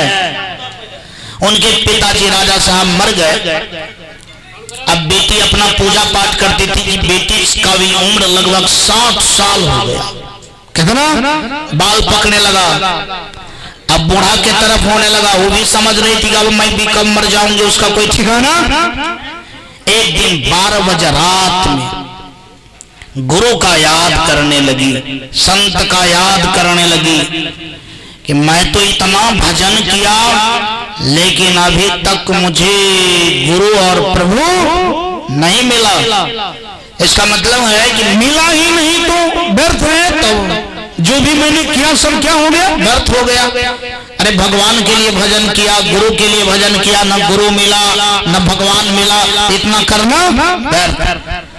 अपना लोग को तो केवल ये होता है कि 10 साल से मैं भजन करता हूँ, भले गुरु और प्रभु मिले चाहे नहीं मिले, करता हूँ बस हो गया। लेकिन करूं और फल ही न देखूं तो ये भी उलट करके देखना चाहिए कि मेरा करना बेकार जा रहा है, कम से कम इनका सुधार भी करना चाहिए। क्या करना चाहिए? हाँ, वो बेचारी सुधार करने के लिए रोने लगी कि प्रभु गुरु कम से कम मुझ में क्या त्रुटि हो गई सो आप नहीं मिल रहे हैं, मैं जो इतना कर रही हूँ ये सब बेकार हो गया, अभी तक आपका दर्शन नहीं हुआ, तो कम से कम मेरे जैसे लोग पर भी आपकी कृपा हो। इस तरह से वो जो है घर में रो रही थी 12 बजे रात में, क्योंकि जिनके पास में चिंता, जिनके पास में किसी भी चीज को पाने की ललक रहता है, उसके अंदर में नींद नहीं आती है। अभी कौन काम कर रहा है यहाँ, फोन यहाँ भी जो है पकड़ रही है बात, इस सब गप करने वाला यहीं जमा हो गया। बोलिए प्रेम से सदगुरु देव की। तो आइए क्या हुआ, इस तरह से बोल रही थी, इनको यहाँ से निकालिए तो इधर से दोग में घुस करके क्या कर रहे हैं, इतना जगह है गप सप करने वाला, उधर तो डेढ़ टेबल कुर्सी लगा। गुरुदेव की जी। तो क्या मैं कह रहा था आप लोग से, ये बेचारी रो रही थी किस चीज के लिए? हाँ, गुरु को पाने के लिए, प्रभु को पाने के लिए। सच्ची बात यही है कि हम लोग संसार के बहुत कुछ के लिए रोए होंगे, बेटी के लिए रोए होंगे, माँ के लिए रोए होंगे, पिता के लिए रोए होंगे, पत्नी के लिए रोए होंगे, दूल्हा के लिए रोए होंगे, बाल बच्चा के लिए रोए होंगे, लेकिन आप 2 घंटा भगवान को पाने के लिए रोए होंगे, ये बात बिल्कुल सच नहीं निकलेगा। अगर सर्च मारिएगा तो पता चलेगा कि उस विषय में तो रोना ही नहीं है। इसलिए कि भाई मिले चाहे नहीं मिले, जिनसे काम रहता है ना उनके लिए ना कोई चिंता, जिनसे कामे नहीं है मिलिए मिलिए नहीं मिलिए नहीं मिलिए कोनो बात, लेकिन जिनको सच्चा चिंता रहेगा वही आदमी रोएगा। तो उनको तो सच्चा चिंता कि मुझे क्यों नहीं मिल रहा है, हमारे करने में त्रुटि है कि हमारे भजने में त्रुटि है, आखिर त्रुटि कहाँ है? जब इस तरह का चिंता होने लगा तो आंख से आंसू घट घट खसने लगा। इतना ही नहीं, कहा जाता है कि उन समय उनके मंदिर के बगल में एक चोर सुन रहा था इस बात को। चोर के मन में हुआ कि इनकी बेटी जो है अभी रो रही है। किस ख्याल में? गुरु के ख्याल में, साधु के ख्याल में। लगता है इसी वक्त अगर साधु के वेश बना करके जाया जाए तो मेरा सब काम क्या हो जाएगा? बन जाएगा। मेरा सब काम क्या हो जाएगा? बन जाएगा। और मेरा काम ही नहीं बनेगा, मैं तो चोर हूं। और ये इतने श्रद्धालु है कि इनकी श्रद्धा में ही डूब करके इनके साथ मैं क्या कर लूं? सब चीज चोरी कर सकता हूं। अरे बहुत कुछ करने की जरूरत। माइंड का बहुत तेज था चोर। चोर साधु का वेश बनाया, चंदन किया, चूना का, और गला में जो है किसी तरह का सोंठिए का कंठी पहन लिया, मोटा मोटा। दो ठो उनके पास में गमछी था, एक गमछी पहन लिया, एक गमछी ओढ़ लिया, और साधु बन करके उनके दरवाजे पर, वो जो मंदिर का जिसमें वो सो रही थी, रो रही थी, उसी दरवाजे को उन्होंने क्या किया? खटखटाया। खटखटाहट की आवाज ज्यों ही आई तो इनके मन में हुआ इतनी रात में कौन? थोड़ा सा किवाड़ी को यदि खोला, देखा कि महात्मा जी है। चरण पर पूरे जो है जिस तरह से पैर के जड़ कट जाने के बाद कैसे गिरता है, एकदम सीधा जो है बिल्कुल जमीन पर हराम से गिर जाता है। उसी तरह से कटा हुआ पैर के तरह, यानी वो जो है महात्मा के चरणों में क्या किया? गिर गई। इसीलिए कि उनके पास में विश्वास कैसी थी? कैसे विश्वास थी? बट वृक्ष के जैसा। कैसा विश्वास? बट वृक्ष के जैसा। कहा बट वृक्ष के जैसा अगर विश्वास हो जाए तो निर्जीव भी क्या हो जाएगा? सजीव हो जाएगा। उल्लू को रात में दिखलाई देता है, दिन में नहीं। अगर विश्वास हो जाए तो उनको दिन में भी दिखलाई देना, और जिनको रात में दिखलाई नहीं देता उसको रातों में दिखलाई देना शुरू हो जाएगा। इस तरह से विश्वास के साथ गिरा। चोर विश्वास का फायदा लेना चाहा, उनसे कहा दूर रहो, मेरा पाँव मत छुओ। उठ करके खड़ी होती है, पानी लाती है, पैर पखारना चाहती है। महात्मा कहते हैं कि तो अभी पैर पखारने योग्य नहीं हो, पहले हमसे दीक्षा लो, पहले तुम मुझे गुरु बनाओ। तुम्हारे जीवन में अभी तक गुरु नहीं मिला है, मैं साक्षात गुरु हूं, मैं सबसे बड़ा हूं, मेरे समान दुनिया में मतलब जितना डींग डांग देने का हुआ अकेला वो था, अकेली। ये बेचारी बट विश्वास के चक्कर में जो जो कहते थे सो चीज को क्या करती थी? हाँ, मानती चली गई। अंत में उन्होंने कहा कि मैं गुरु आपको बना लूंगा। कहा गुरु तो बना लेंगे आप, लेकिन एक बात, गुरु बनाने के लिए कुछ देना पड़ता है, गुरु फ्री में नहीं बना जाता। कहा क्या देना पड़ेगा? कहा 3 चीज देना पड़ेगा। कहा कौन सा चीज? कहा तान मान धन। कितना चीज? और तने मन धन, यही 3 चीज न है संसार में, और क्या चीज है? एक तने है कि एक मने है कि एक धने है। कहा तीनों चीज दे दिया। तीनों चीज जब दे दिया तो उनका वो गुरु बना, वो बेचारी चेली बन गई। और गुरु महाराज ने कहा जब तू सब कुछ दिए दिया है तो बोलो तुम्हारे पास कितना तिजोरी है? कहा बाबा महाराज 3 तिजोरी है। कहा जितना तिजोरी में सारा कुछ है सबको एक कपड़ा में बांध दो, अब माथे पर उठाओ, क्योंकि धनो दे दिया है, अब तनो दे दिया है, तो अब तन को भी हमारे साथ में, मैं जहां जहां जाता हूं वहां चलो। एक बार बोलना पड़ेगा, बोलिए प्रेम से सदगुरुदेव की जय। बेचारी तन मन धन दे दिया सब। गुरु महाराज के पीछा क्या किया? पकड़ लिया। गुरु महाराज चोर था, जाते जाते जाते जंगल ले गया, और जंगल में एक रस्सी से एक पैर में उसको बांध दिया। अब गुरु महाराज जितना भी उठा और जेवर चांद हीरा मोती जवाहरात लिया, 9 दिया 11 हो गया। बोलिए प्रेम से सदगुरुदेव की जय। सुबह में उनके भाई सब जाने कि हमारी बहन नहीं है। अब आप समझ सकते हैं, जिनका बहन यानी एक मंदिर में पूजा करने वाली है, 60 साल 65 साल की है, अगर वो नहीं रहे तो खोजना पड़ेगा कि नहीं पड़ेगा? क्या हो गया नहीं हो गया। और ऐसा पता चला कि नहीं, लगता है कि उनके साथ कोई न कोई चीज का गड़बड़ी हुआ है। खोजने के लिए निकला। कहा जाता है कि उन समय में उनका भाई ही राजा था। सिपाही सबको भेजा, सिपाही गया, देखा सिपाही सब लाना चाहा, लेकिन वो आना नहीं चाह रही थी। इसीलिए कि वो किस क्षेत्र में बंधी हुई थी? विश्वास के क्षेत्र में। किस क्षेत्र में? कैसा विश्वास? बट विश्वास कि नहीं, हमको गुरु पर भरोसा है, मुझे संत पर भरोसा है। चूंकि मैंने संत समाज में तीर्थ में सीखा हूं कि विश्वास कैसा होना चाहिए?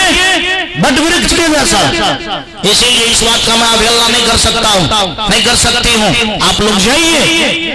अंत में राजा साहब स्वयं आए और बोले कि बहन, तुम जो है गलत आदमी के चक्कर में पड़ गई हो। कहा तू गलत कहने वाला कौन है? सच में मैं गुरु के चक्र में पड़ा हूं। मैं बट विश्वास के चक्र में हूं। मैं कोई आलतू फालतू के चक्र में नहीं हूं। तुम्हारे अंदर होगा, मेरे अंदर नहीं होगा। कहा जाता है कि जब ऐसा कहा तो अब क्या करेंगे, वो कैसे खोलेंगे डोरी को? कहा कि जब भी मेरा कोई डोरी खोलने वाला होगा वो और कोई नहीं, वो संत होंगे, वो गुरु होंगे, जो मुझे बांधे हैं वही मुझे खोलेंगे। कहा जाता है कि विश्वास में अगर शक्ति हो, अगर आप सच्चे हैं तो निर्जीव भी क्या हो सकता है? सजीव हो सकता है। और अगर आपके पास में विश्वास नहीं है, अगर आपके पास में विश्वास नहीं है कि माँ बहुत अच्छी चीज होती है, तो बताइए लोग माँ बाप का सेवा बढ़िया से कर पाता है? कर पाता है? तो जो आदमी के पास में विश्वास नहीं है माँ बाप के प्रति और वो सेवा भी नहीं कर पाता है, तो उनको क्या मानना चाहिए? निर्जीव मानना चाहिए कि सजीव मानना चाहिए? क्या मानना चाहिए उस आदमी? उनको तो निर्जीव ही मानना चाहिए कि सामने में भी है लेकिन विश्वास नहीं है, तो 0/0 इक्वल टू क्या हो गया? 0 हो गया। लेकिन आज केवल उस लड़की के पास में क्या है? विश्वास। विश्वास है तो रस्सी भी कैसा लग रहा है? खराब नहीं लग रहा है। बंधा भी है तो फिर भी वो खराब। और फल देखिए कैसा है, सब हार जाता है। और कहा जाता है कि वहां पर दिव्य शक्ति से, परमात्मा शक्ति से, आत्म शक्ति से, विश्वास शक्ति से, पवित्रता शक्ति से उत्पत्ति होकर यानी वैसा गुरु को आना पड़ा। क्या करना पड़ा? आना पड़ा।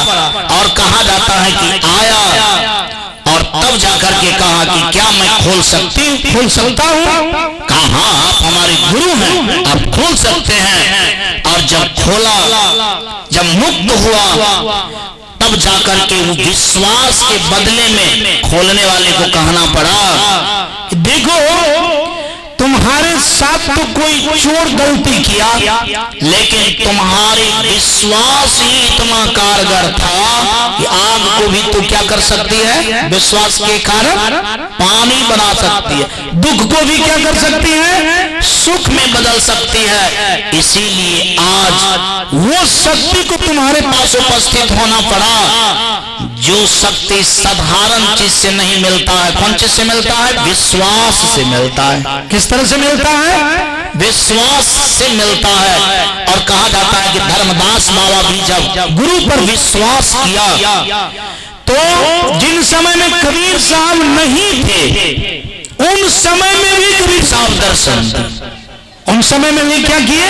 दर्शन दिए। इसका मतलब है कि कबीर साहब नहीं थे, फिर भी कबीर साहब को विश्वास के कारण वहां पर क्या होना पड़ा? उपस्थित होना पड़ा। क्या होना पड़ा? उपस्थित होना पड़ा। और कहा जाता है कि उन समय में कबीर साहब मर गए थे, चले गए थे इस दुनिया धाराधाम को छोड़कर, लेकिन धर्मदास बाबा के विश्वास के कारण पुनः फिर उनको क्या करना पड़ा? दर्शन देना पड़ा। और दे करके धर्मदास बाबा का भी उद्धार किया।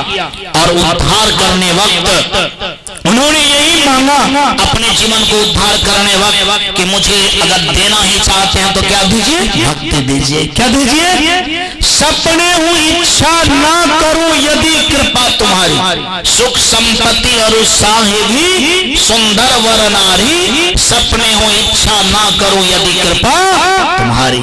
कि हम सपना में भी सुख का, सुंदर वर का, दूल्हा का, सुंदर स्त्री का, सुंदर शान शौकत का इच्छा ना करूं, ऐसा वर मुझे दीजिए। क्या कीजिए? ऐसा, इसका मतलब है कि संसार से कितना नफरत है और गुरु से कितना प्रेम है, कितना विश्वास है, इस बात को आंकने की जरूरत है। और जो व्यक्ति इस विश्वास को समझ लेता है, वास्तव में वो अपने जीवन में असत्य को भी क्या कर सकता है? सत्य बना सकता है। मतलब इसमें ऐसी शक्ति है, जैसे मान लिया जाए लोहा जब सटता है पारस में तो क्या बन जाता है? मतलब सोना बन जाता है। अगर आपके अंदर में विश्वास हो जाए, आपके अंदर में सही चिंतन हो जाए, आपके अंदर में अगर सुनने का लगन हो जाए, समझने का लगन हो जाए, तो वास्तव में आप असत्य को भी क्या कर सकते हैं? सत्य बना सकते हैं। अगर गड़बड़ भी गुरु मिल गया तो उस गुरु को भी क्या बनना पड़ेगा? सही कहा जाता है गुरु से चेला का निवारण होता है, लेकिन अगर सच्चा शिष्य हो जाए तो गड़बड़ गुरु का भी क्या हो जाएगा? धार हो जाएगा, सुंदर हो जाएगा। इसका मतलब है कि जिनमें विश्वास है, जिनमें पवित्रता है, जिनमें साधना है, वही संत है, वही पॉइंट गुरु है, वही पॉइंट सच्चा विश्वास है, और वही शक्ति है जिन शक्ति से संसार में सब कुछ संभव है। आज हम सब लोग सत्संग में यही बात को सुने कि हम लोग के अंदर में यह तीर्थ के प्रति क्या होना चाहिए? विश्वास होना चाहिए। क्या होना चाहिए? हाँ। और तीर्थ में स्नान करने का क्या होना चाहिए? थोड़ा ताकत भी होना चाहिए, स्नान करने लायक बने।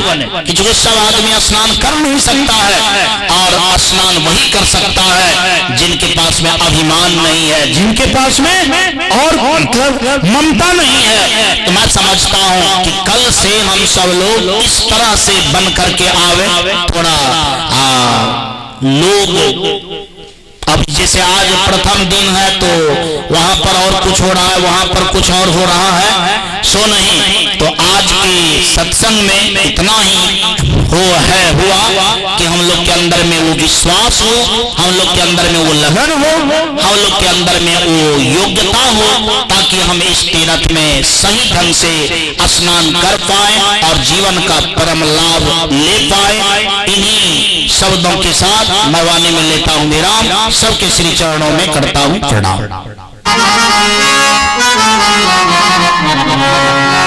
अच्छा, तीर्थ में स्नान करने वाले माँ बाप का सेवा करना भी क्या है? सुकर्म का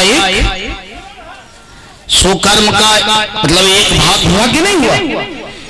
मतलब बहुत सुकर्म है, तो एक सुकर्म माँ बाप का सेवा भी करना है, और वो बहुत बड़ा चीज है। लेकिन उसमें लोग बड़ा भूल करता है।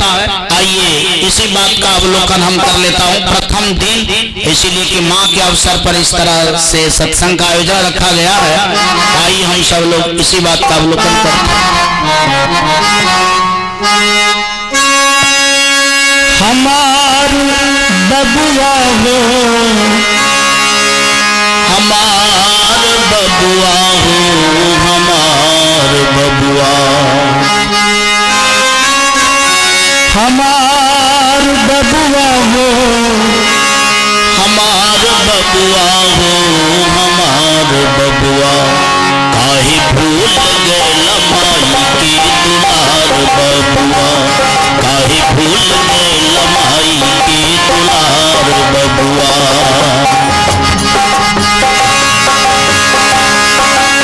हमार बबुआ हो, हमार बबुआ हो, हमार बबुआ हो, हमार बबुआ, काहे भूल गए लमाई के दुलार बबुआ, काहे भूल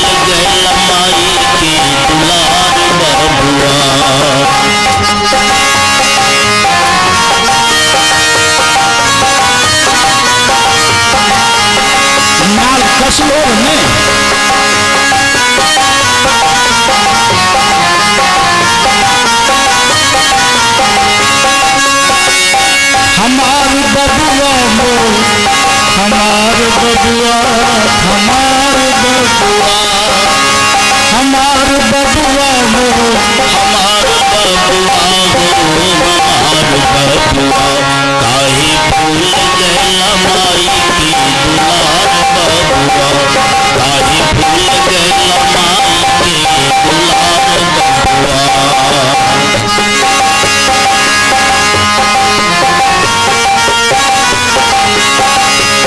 जब तो रहला माई के गर्भ में, जब तो रहला गर्भ के भीतर, माई पूजला देवता पीतर, माई पूजला देवता पीतर। जब तो रहला गर्भ के भीतर, माई पूजला देवता पीतर, माई पूजला देवता पीतर। कुली बन के बेला भार बबुआ हो, भार बबुआ, काहे भूल गइला माई के दुलार बबुआ, काहे भूल गइला माई के दुलार बबुआ।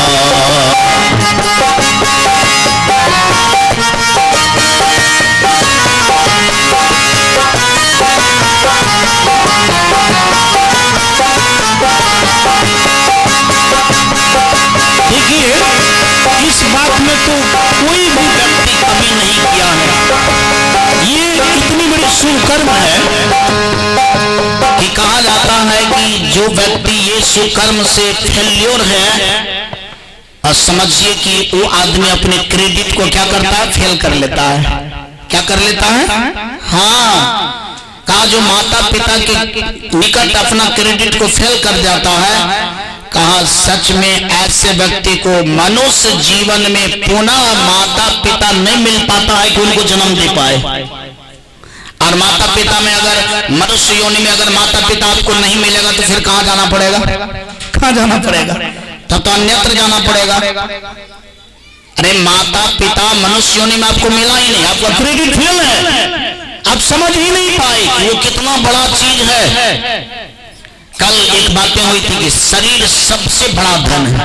शरीर क्या है? सबसे बड़ा धन है, और इस धन को पालने वाला, संरचना देने वाला अगर कोई है तो क्या है वो? माता पिता।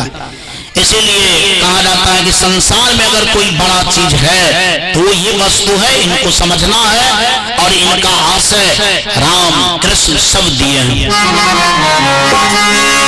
हमार बबुआ हो, हमार बबुआ हो, हमार बबुआ, काहे भूल गइला माई के दुलार बबुआ, काहे भूल गइला माई के दुलार बबुआ।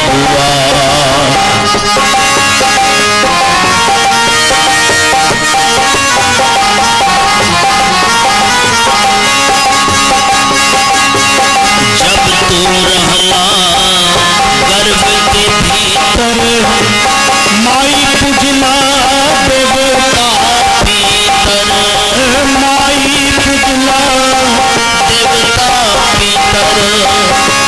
कुली बन के बेला भार बबुआ हो, भार बबुआ, काहे भूल गइला माई के दुलार बबुआ, काहे भूल गइला माई के दुलार बबुआ।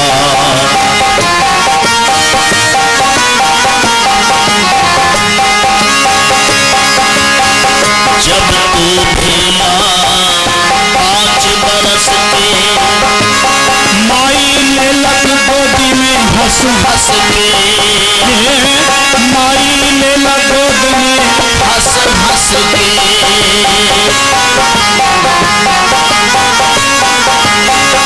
जब तू भेला 5 बरस के माई गोद में लेला हंस हंस के, कुली बन के बेला, कुली बन के बेला भार बबुआ हो, भार बबुआ, काहे भूल गइला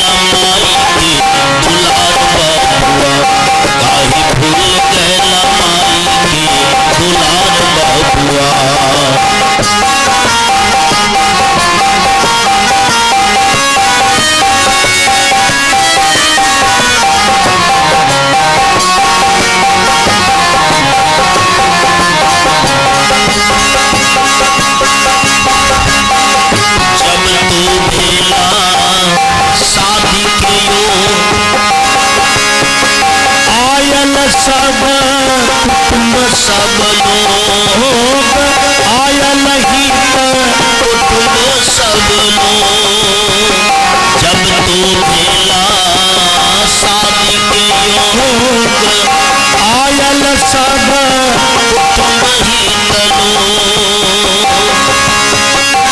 शादी भेला पर बदले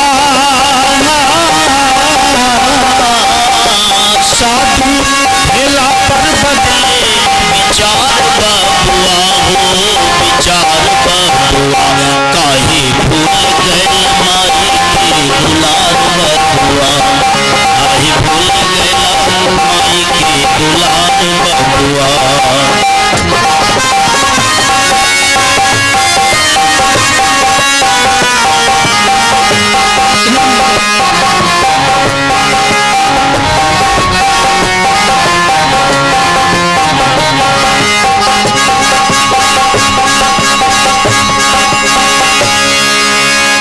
जब अइला घर में लब की दुल्हनिया जब अइला घर में लब की दुल्हनिया सासु के मन हरसाई सासु के मन हरसाई जब अइला घर में लब की दुल्हनिया सासु के मन हरसाई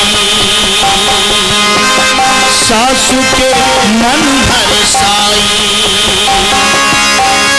भोजन मंगला पर मारे भोजन मंगला पर मारे बोली के मार बबुआ हो मार बबुआ काहे भूल गए माई के दुलार बबुआ काहे भूल गए माई के दुलार बबुआ दुलार बबुआ हो दुलार बबुआ हो दुलार बबुआ हो दुलार बबुआ